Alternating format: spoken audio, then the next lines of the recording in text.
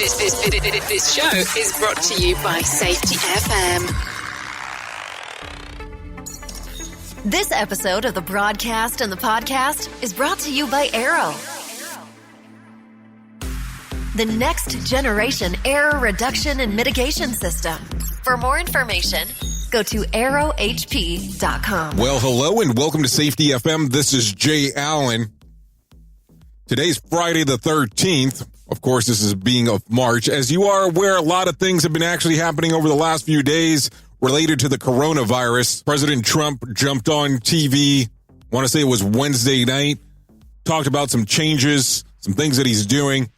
So what I have decided to do, opposed to doing a standard mini episode, I have jumped out and asked Rob Fisher to come on and talk about certain things inside of the industry that are going on in the world of safety and how the coronavirus is playing a factor into this whole thing.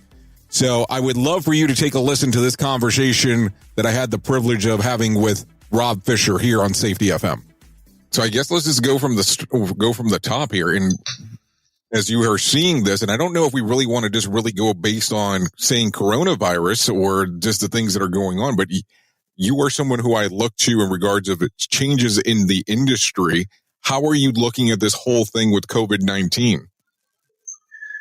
Well, the attributes, the things that are going on with COVID-19 have really spawned a change in a lot of the aspects of the industry. Part of those changes are associated with how we do business. Certainly on the consulting side, we're starting to see that meetings are canceled and gatherings are canceled and conferences are canceled, and some of them are being rescheduled, but some of them are I was with a company the other day that they said that they're going to conduct all of their meetings virtually starting immediately, and unless it's a critical face-to-face meeting of a few small people, a small number of people in the company, they expect the meetings to be done virtually. So quite a change. Ray brought up this morning that we have no idea, with all these people now working from home, what the impact is going to be on broadband capabilities in neighborhoods and things like that. I don't know that people are thinking that far in advance, but we're the business world is reacting to the changes that were driven by this COVID-19, but are also testing, straining, and allowing us to check the capabilities, the capacity and resilience of our organizations. Are you highly reliable or are you not? So as you look at this and you're giving a lot of thought about this, I know that you talk a lot about on your podcast related to the essential leadership cycle. What actual path would you tell most leaders that they need to understand as this is happening right now in the industry? Well, that's a great question. I'm actually going to do a special essential leadership cycle podcast this afternoon. The first thing is, remember the driving elements: self and team awareness. Things are not normal. We have to get out and engage to be more self-aware of what's going on and the things that are happening, and more team aware. The team needs to be aware of why we're making the decisions we're making and what is associated, how that changes things. Another piece of that is the second element of the essential leadership cycle is shared vision and values. We should be tying as leaders what is happening, even if it's related to the COVID or not, to our values. Are we doing this so that we make things safer? Are we doing this because we believe in people? Are we doing this because wellness is one of our values? We should be able to tie all of the actions that we're taking to those values so that we can establish the third element, which is clear roles and processes. Most organizations don't have clarity of roles and processes for the strategy associated with what's going on with COVID-19 or any type of, sometimes they call it a black swan event. So now is the time that we need to make sure that we step up as leaders and use those driving elements of the essential leadership cycle to manage this change. So as you're saying these changes right now inside of the industry, let's say, for instance, let's just use some hypothetical scenarios. Let's say that someone was going to a safety conference. The conference has been canceled. Are you seeing yourself or any other organizations providing solutions for people that are not going to these conferences because they might have been canceled, where they can do other alternative things, maybe even online? Yeah, great question, Jay. We're not called Fisher Improvement Technologies for no reason. So we here have been preparing for some time to do almost everything that we do virtually. And whether that means supporting a meeting or supporting a conference, one of the things that we think we're probably going to offer for these conferences that are being either canceled or moved is, since people are going to have that time already available, to maybe give some virtual assets to them to do the speeches that we were going to do, or to provide some of the training sessions that we were going to do virtually. And Fit's already ready to go and set up to accommodate that. So we want people to have an alternative that, even if one of our consultants can't come to them because of the changes in the rules or the changes in travel, then we can support those things virtually. I just spent the morning setting up so that I can do a lot of the things I was supposed to be leaving for Australia tomorrow. And now we're setting up so that I can do most of that work virtually. So being as that you're seeing this, and where a lot of us are seeing something like this for the first time, do you think that this will set going forward how things will move, saying that you'll see a lot more virtual opposed to in-person events occurring? And of course, this is the crystal ball question that I always have to ask someone, because that's just the way that it works. Yeah. I think it will. I think there will be, because people will get used to this new normal, and it will become a normal very quickly. And I think one of the reasons, there's probably a couple of reasons it'll become a new normal fairly quickly.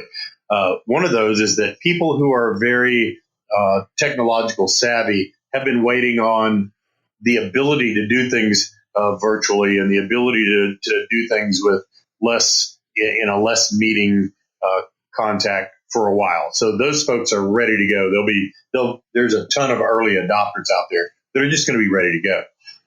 Other people that may not be as technologically savvy are going to play with it a little bit in the beginning, but they'll get up to speed really quickly, and they'll notice that while face-to-face is very powerful, they can get most of what they want to get done virtually. And I think that they're going to come along very quickly as well. So I think this is going to be something that we need to prepare for being around for a long time. Because, when we never had the capability of Skype or Zoom or web meeting or any of those things before, we never even thought about using them. Well, in our organization, we use those every day today. So shifting over to some kind of virtual support for us will be a no-brainer, but I think it's going to be here to stay. So if people want to know more about the service offerings that you're going to have available, where can they go to find out more information? Well, within the next few days, we should have something on improvewithfit.com that is tagged virtual support. And we'll be updating that pretty much daily as we load more things in. So you can go to either aerohp.com, AEROHP.com, or improvewithfit.com, and you can get information on how we can support you and your virtual needs almost immediately. Well, Rob, I appreciate you actually jumping on here and actually sharing the information with us. I know it's very short notice and a lot of changes going on in the industry, but definitely wanted to get someone as yourself on here to have the discussion with our audience. And no worries, Jay. I really appreciate the opportunity. And again, this doesn't limit the need for people to learn. It doesn't limit the need for leaders to change their language and behavior. It just changes the way we approach that. So we're excited about the change. Rob, thanks once again for being on. Thanks, Jay. Appreciate it. So in closing, Rob had a lot of good information how you can actually apply portions of the essential leadership cycle into everything that's going on. Also, at the same time, some offerings that are out there. That way you don't have to actually be left behind in anything that you're trying to do inside of your organization when it comes to dealing with safety. The other portion that I want to talk about is if you need help in the interim time, go to cdc.gov. That's cdc.gov. That is the Center for Disease Control and Prevention. If you're seeing anything out of the ordinary, and it's related to the coronavirus. Keep in mind, you are still the most important thing here at Safety FM. That is the listener. If there's anything that we can do to assist in the interim time, don't hesitate to contact us at safetyfm.com. Drop in, go on to the bots, leave a message. We'll get back in contact with you. We'll get back in contact with you and help assist you in the best way that we can. We will continue to do our programming, our different shows. You'll probably see more of our artists and hosts jump on doing some live streams. But like I said, if there's anything that we can do in the interim time, don't hesitate to contact us. I really do care and love everything that you guys are doing out there. Just make sure that you are staying safe. Truly want the best for you. I have been your safety manager and host, Jay Allen. And until next time, be safe.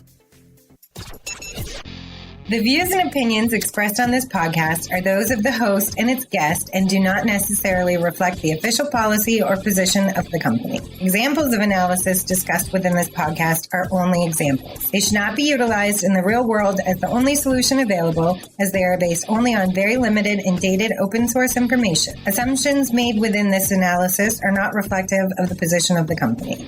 No part of this podcast may be reproduced, stored in a retrieval system, or transmitted in any form or by any means, mechanical, electronic, recording, or otherwise, without prior written permission of the creator of the podcast, Jay Allen.